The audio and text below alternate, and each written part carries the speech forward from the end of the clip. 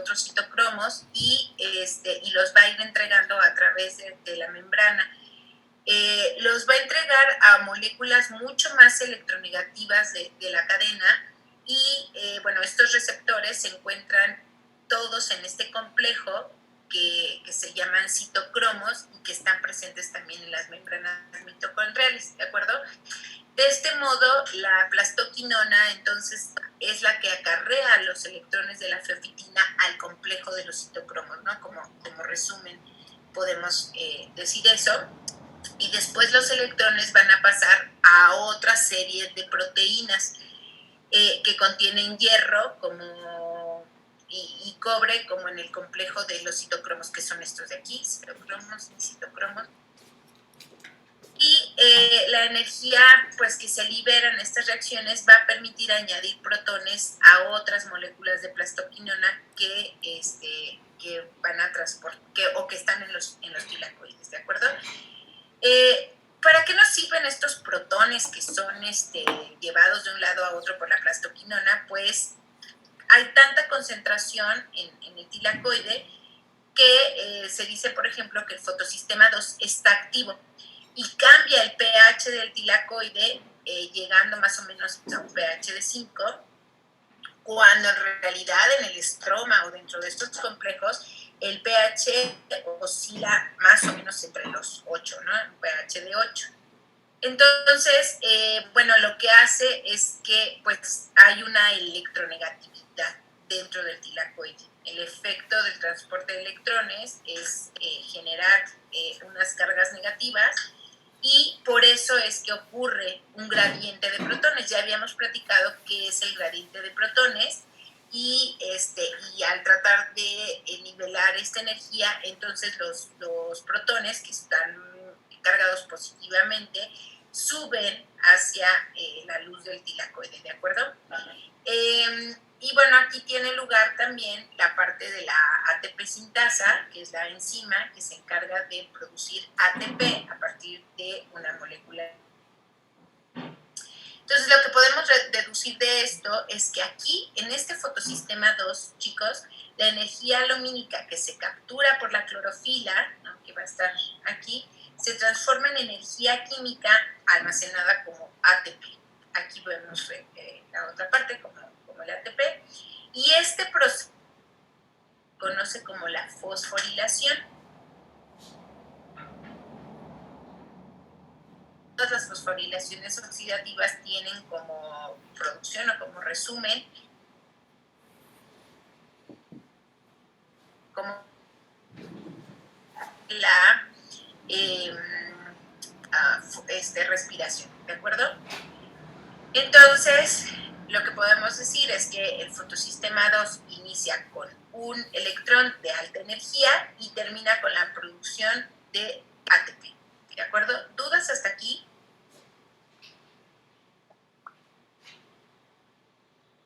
¿Dudas? ¿Todo bien? Bueno, entonces, ¿qué pasa con el electrón que fue transferido desde la feofitina hasta el sistema 2? Bueno, cuando esto desencadena toda esta producción de ATP, nosotros nos preguntamos, bueno, ¿y de dónde vienen los electrones que necesita el fotosistema 2 y a dónde van? Entonces, existe pues un paralelismo o un uso entre el fotosistema 1, ¿de acuerdo? Y entonces el fotosistema 2 va a obtener estos electrones mediante la oxidación del agua. Aquí está. ¿De acuerdo? ¿De dónde obtienen los electrones? O sea, si viene el fotón tiene energía, pero ¿de dónde salen más electrones? Bueno, se degrada el agua y de aquí se obtienen más electrones, ¿de acuerdo? Pero siempre y cuando haya presencia de luz solar. Entonces, esto pues ya se comprobó con isótopos radioactivos, y cuando los electrones excitados salen del fotosistema, esta cadena de transporte de electrones, el fotosistema ya vimos que crea una electronegatividad por el cambio de pH y la reacción genera oxígeno. Pero al generar el oxígeno, esta reacción es endergónica. ¿Qué quiere decir que sea endergónica, chicos? ¿Perder energía?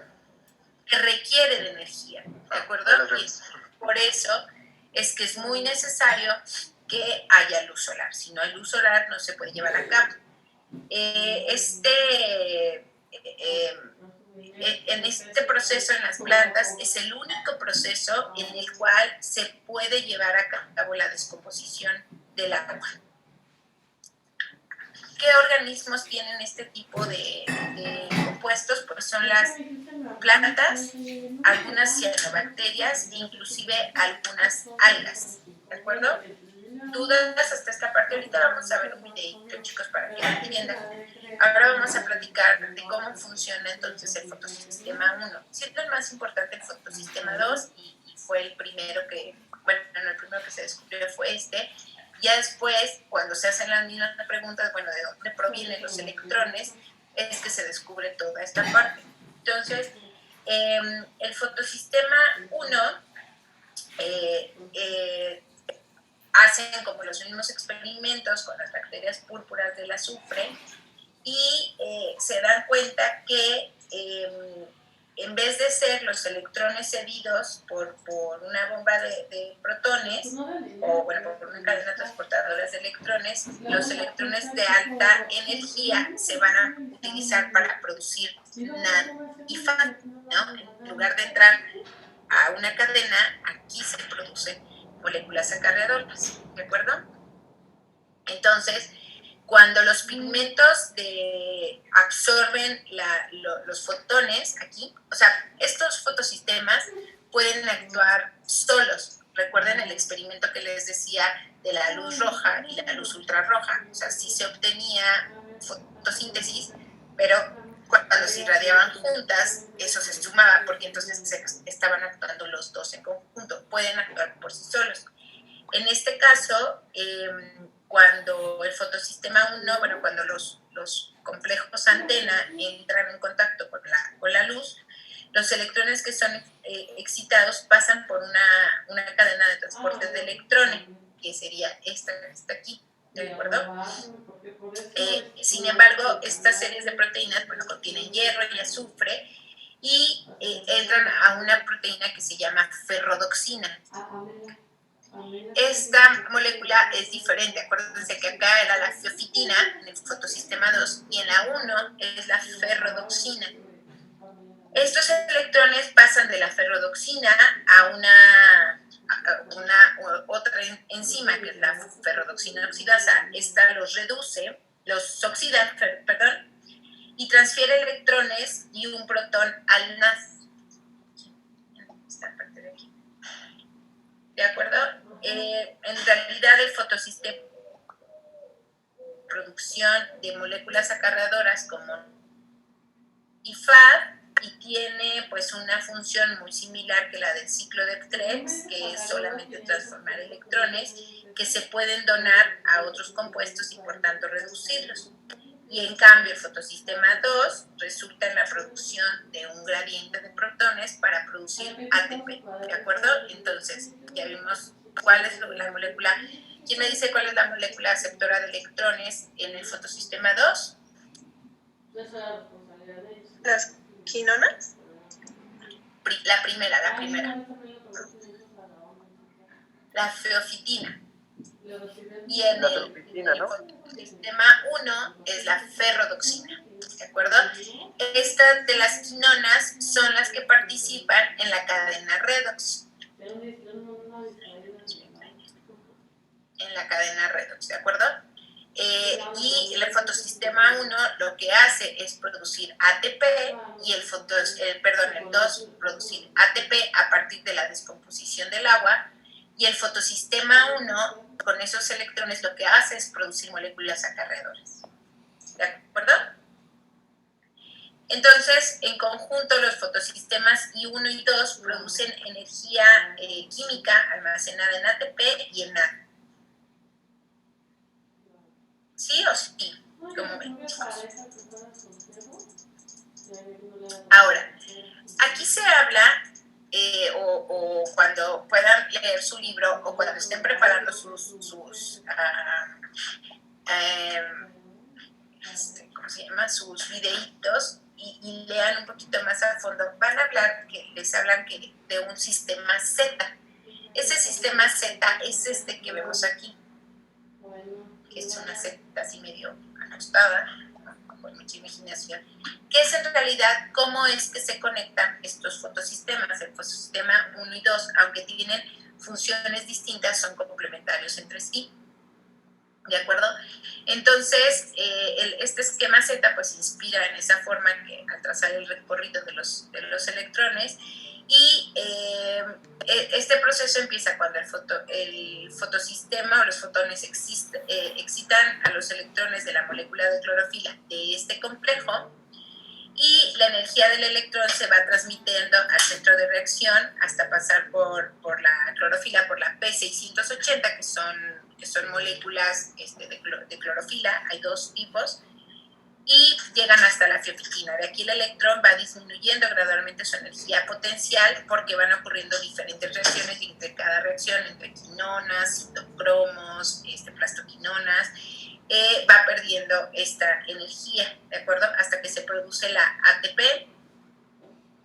Entonces, cuando los electrones ya alcanzan el final de la cadena de transportadores de este fotosistema 2, pasan a una pequeña proteína que se llama plastocianina, que es esta que está aquí, y esta plastocianina recoge ya el electrón ya casi sin carga, de acuerdo, de que proviene de todo este complejo de citocromos, y dona este electrón, que vemos aquí, que es prácticamente este electrón, chicos, que se ve aquí, es el que conecta a los dos fotosistemas.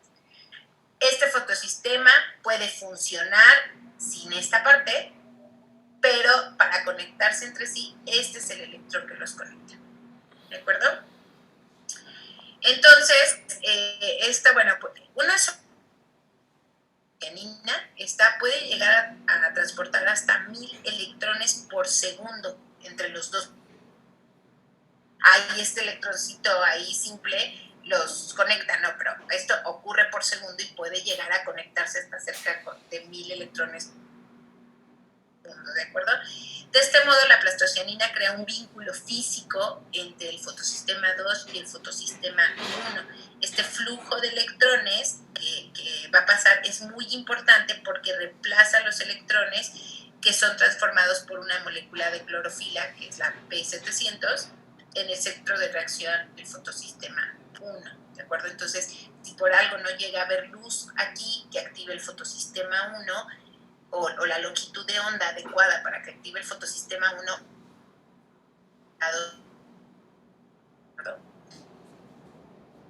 internamente se pueden conectar. Entonces, estos electrones que salieron inicialmente del fotosistema 2 son reemplazados por electrones arrancados del agua, produciendo oxígeno, gas intermedio, cuando no hay la longitud de onda adecuada, ¿de acuerdo? En resumen, este esquema Z trata del recorrido de los electrones que vienen desde el agua hasta que se producen agua. ¿De acuerdo? Eso es como el esquema Z, el resumen, ¿no? ¿Qué es lo que está pasando?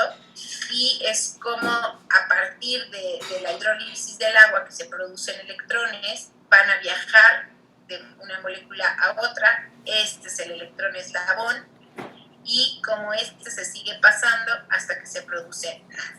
¿De acuerdo? ¿Dudas hasta aquí? ¿Comentarios? ¿No? Bueno, esto es hablando de los fotosistemas, pero esto ocurrió durante el día. Ahora vamos entonces a entender qué es lo que pasa durante la noche, que es exactamente el ciclo de Calvin, ¿de acuerdo? Entonces, ¿qué ocurre durante el ciclo de Calvin? Es la reducción del dióxido de carbono. Básicamente lo que hace es que pues se cambia, aquí en esta parte va a entrar el dióxido de carbono, y entonces por una serie de reacciones, ¿no?, que vemos aquí, a partir de una enzima que es sumamente importante, que es la rubisco. La rubisco es la enzima estelar que va a iniciar el proceso del ciclo de Calvin, ¿de acuerdo? Entonces, la rubisco o ribulosa 3-fosfato también se abrevia como como aquí, RVP, aquí, ribulosa bifosfato es un compuesto de 5 carbonos y entonces se sabe o se tiene que hay 3 fases básicamente. La fase de fijación de carbono, la fase de reducción y la tercera fase, que es la regeneración del dióxido de carbono, ¿de acuerdo?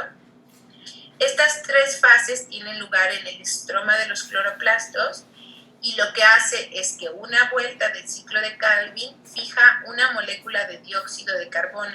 Se necesitan 3 vueltas del ciclo para producir una molécula de G3P. ¿Qué es el G3P? Es una molécula de glucosa.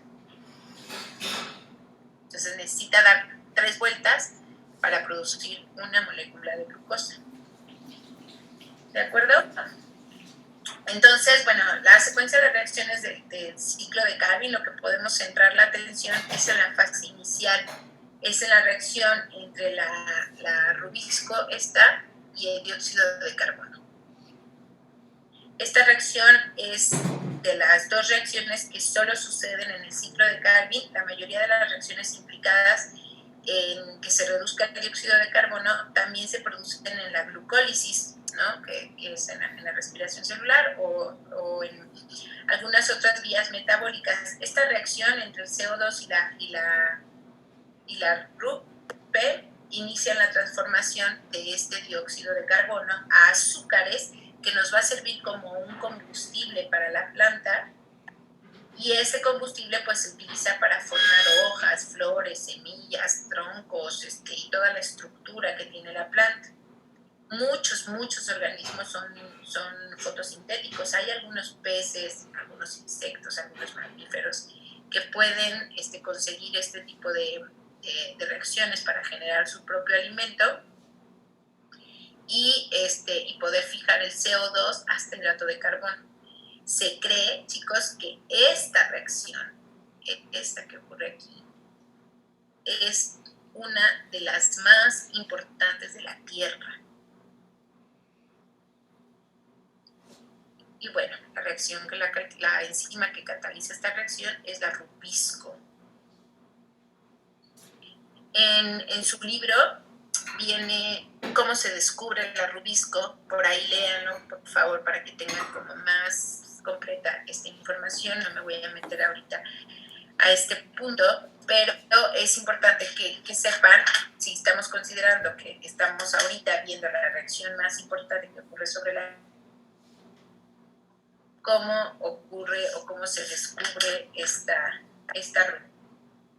suceder con este hidrato de carbono producido, con esta azúcar producida, pues lo que ocurre pues es que son monosacáridos, ¿no?, que son glucosa y fructosa, y se unen para formar disacáridos como la sacarosa. La sacarosa es el azúcar convencional que nosotros consumimos y está formada por glucosa y fructosa. Esta secuencia de reacciones pues puede involucrar diferentes tipos de carbonos que sirvan después en una vía alterna para la producción de almidón, por ejemplo, ¿no?, que tiene lugar pues en los cloroplastos. Todos los productos que están implicados en la producción de glucosa también participan en la glucólisis, ¿no? Ya se los había dicho, como reacción global de la respiración celular. Cuando la fotosíntesis sucede lentamente, casi toda la glucosa se usa para fabricar azúcar o sacarosa. Y esta sacarosa se transporta a todas las plantas y van creciendo activamente, ¿de acuerdo? Y se van descomponiendo pues, para tener algún combustible para su respiración.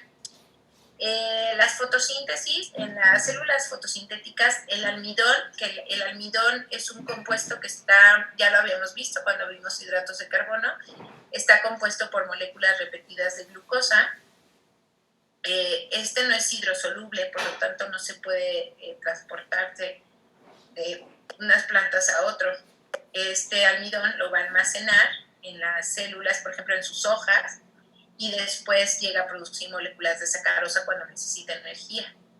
Y esta sacarosa puede ser utilizada pues, durante la fase de respiración. ¿De acuerdo? ¿Dudas hasta aquí, chicos? ¿Comentarios? ¿No? Vuelvo a explicar la fase lumínica. Esta fase lumínica les decía que es la de la Z, ¿no? Que aquí, bueno, no se marca también la Z, pero es lo que ocurre entre el fotosistema 2 y el fotosistema 1. Aquí entran los fotones, pueden actuar individualmente, ocurre en la membrana tilacoidal. Aquí está la fotólisis del agua, donde se obtienen los primeros electrones que pueden ser llevados hasta producir NAD, ¿de acuerdo? Y todos estos pasan por la plastoquinona, bueno, aquí es la feofitina, luego llega la plastoquinona, pasa por todo el sistema de los citocromos, acá lo acepta la ferrodoxina y llega a otro complejo para producir NAD. El tipo de clorofila que actúa en el fotosistema 1, ay chicos, no me ven, ¿por qué no me dicen? Aquí pasa les decía que aquí el tipo de clorofila que hay es la P680, que es un tipo de clorofila, mientras que en el fotosistema 1 está la P700 y finalmente pues todo esto ocurre con un transporte de electrones. En esta primera fase, o sea, de este fotón, estos electrones del fotón se convierten en ATP y estos segundos fotones del fotosistema 1 se van a convertir en NAD o estos mismos electrones que pasamos, ¿de acuerdo? En la fase oscura, bueno, pasa lo que les decía con el dióxido de carbono y al final lo que se busca es generar azúcares. ¿Tienen dudas hasta aquí, chicos?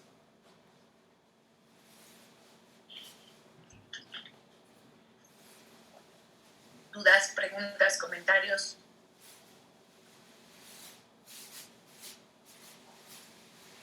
¿No? ¿Seguros? Creo que no. Bueno, voy a ponerles un videito para poder entender mejor estos conceptos o reafirmar estos conceptos. Déjenme sacar la pantalla. Y les voy a poner un videito y si tienen dudas, pues me dicen, porque con esto estaríamos cerrando lo que es respiración celular y fotosíntesis.